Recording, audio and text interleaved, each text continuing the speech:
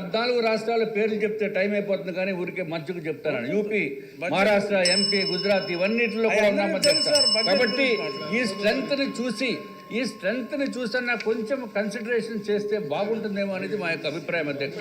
But anyway time లేదు కాబట్టి అధ్యక్ష నెక్స్ట్ టైం మళ్ళీ ఇవ్వండి అధ్యక్ష. ఒక్క నిమిషం అధ్యక్ష. ఈ విషయం అధ్యక్ష, ఇప్పుడు ఆంధ్ర రాష్ట్ర ప్రజలు చేసుకున్న అదృష్టము కూటమి ప్రభుత్వాన్ని అధికారంలోకి తీసుకుని రావటం అంటే ఇదివరకు వాళ్ళు చేసిన తప్పుని మళ్ళీ సరిదిద్దుకున్నారు అధ్యక్ష. అంతకుముందు ప్రభుత్వం దుర్మార్గమైన ప్రభుత్వాన్ని ఎన్నుకొని రాష్ట్రాన్ని సర్వనాశనం చేసేసి అసలు ఎక్కడికో అసలు ఈ రాష్ట్రంలో బతకగలిగే పరిస్థితి ఉందా లేదా అనే సంశయం సృష్టించిన వ్యక్తి గౌరవ జగన్మోహన్ రెడ్డి గారు. వాళ్ళు టీము 11 మంది రాకపోవటం అనేది అది వాళ్ళ విచక్షణకి వదిలేస్తాం అధ్యక్ష. వాళ్ళ పేరు కూడా ఎక్కువసార్లు మాట్లాడటం అనేది కరెక్ట్ కాదు అనే ఉద్దేశంతో మాట్లాడలేదు అధ్యక్ష. రాష్ట్రం ఎంతో క్లిష్టమైన పరిస్థితుల్లో, ఆర్థికంగా సర్వనాశనం అయిపోయిన పరిస్థితుల్లో ముందుగా రాష్ట్ర విభజనలోనే మనం నష్టపోయాము.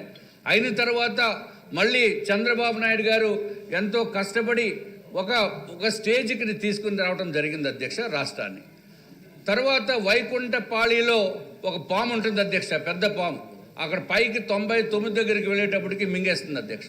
అదేవిధంగా జగన్మోహన్ రెడ్డి గారు రాష్ట్రాన్ని ఆర్థిక పరంగా కానీ మొత్తం డెవలప్మెంట్ పరంగా కానీ సర్వనాశనం చేసిన వ్యక్తుల్లో చరిత్రలో మిగిలిపోతారు అధ్యక్ష జగన్మోహన్ రెడ్డి గారు.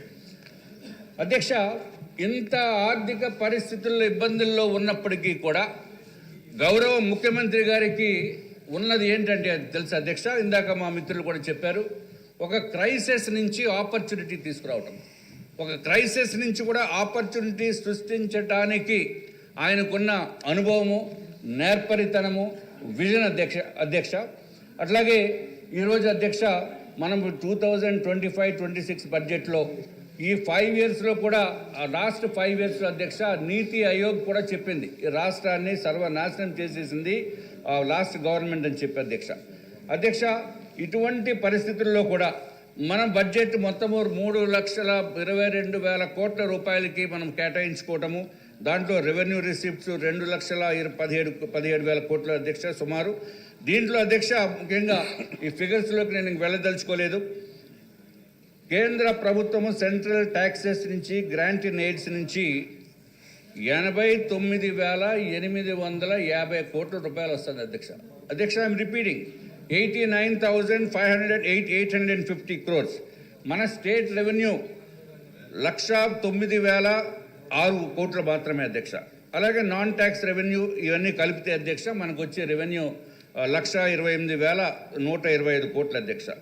టోటల్ ఎక్స్పెక్టెడ్ రెవెన్యూ ఇవన్నీ చూసే అధ్యక్ష ఏది ఏమైనా అధ్యక్ష మనకి క్యాపిటల్ రిసీప్ట్స్ అంటే లోన్స్ నుంచి మనం తీసుకురావాల్సిన పరిస్థితి 1,04,000 కోట్లు ఉంది అధ్యక్ష. ఏది ఎంత చూసినా అధ్యక్ష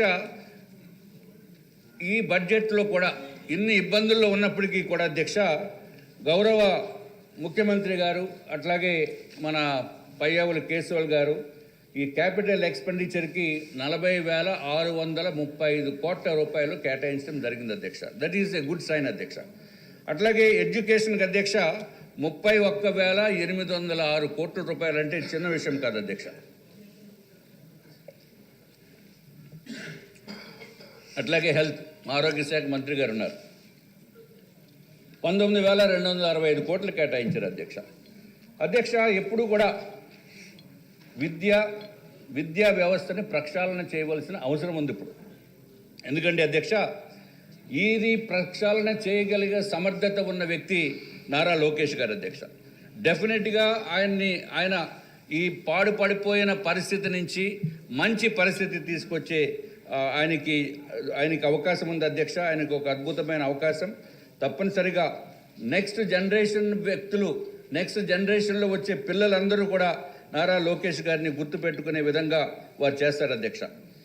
ఇదివరకు జగన్మోహన్ రెడ్డి గారు సిబిఎస్ఈ అని తెలుగు మీడియం నుంచి ఇంగ్లీష్ మీడియంకి మార్చి రకరకాల ఇబ్బందులకు గురి చేస్తారు. అక్కడేమో టీచర్స్ ఏమో తెలుగులో నేర్చుకున్న వాళ్ళని తీసుకెళ్ళి ఇంగ్లీష్ మీడియంలో చెప్పమనేవారు. అర్థం కానటువంటి గందరగోళ పరిస్థితి అధ్యక్ష. తర్వాత సిబిఎస్ఈ అన్నారు, దాని తర్వాత మళ్ళీ బైజూస్ అన్నారు, అదేంటో మళ్ళీ టోఫిల్క్ అని చెప్పి రకరకాల ఇబ్బందులు.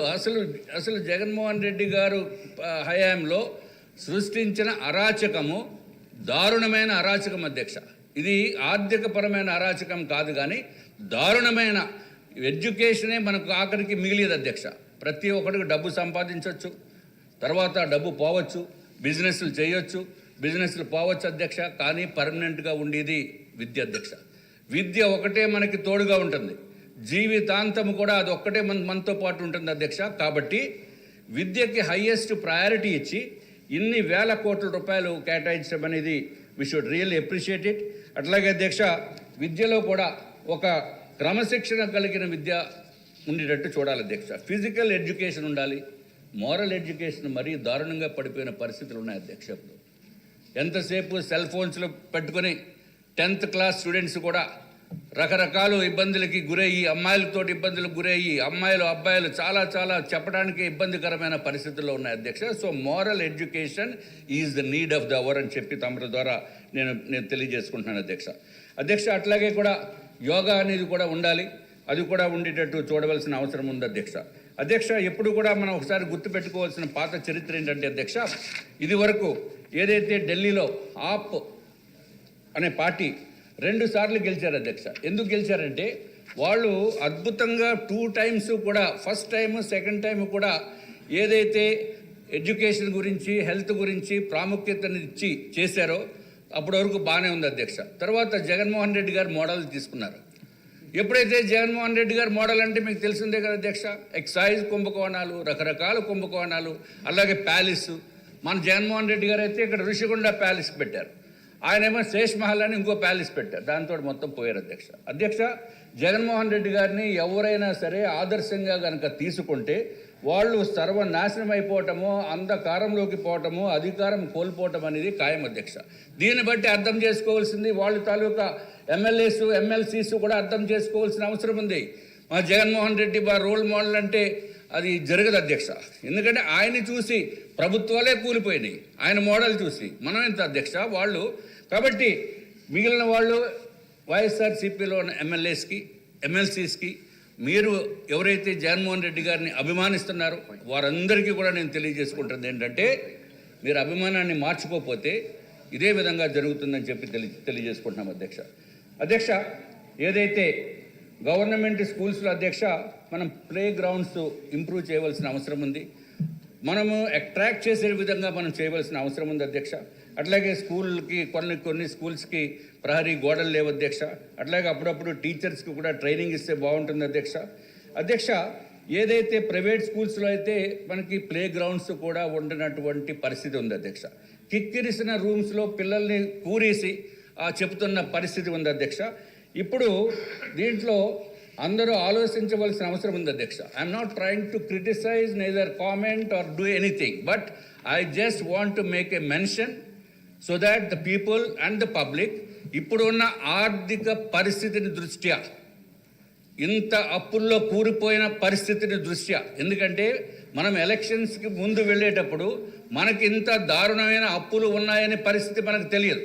ఎక్కడికక్కడ కప్పి పెట్టేసి బయటికి రాకుండా చేసిన పరిస్థితి అధ్యక్ష అప్పుడు ఎలక్షన్స్కి ముందు. కానీ ఎలక్షన్స్కి వెళ్ళిన తర్వాత 8 నెలలు పట్టింది ఇప్పుడు యాక్చువల్ వాస్తవాల్ని బయటికి తీసేదానికి. వాస్తవాలు చూస్తే ఎన్ని లక్షల కోట్ల రూపాయల అప్పు ఉందనేది మీకు తెలుస్తుంది అధ్యక్ష.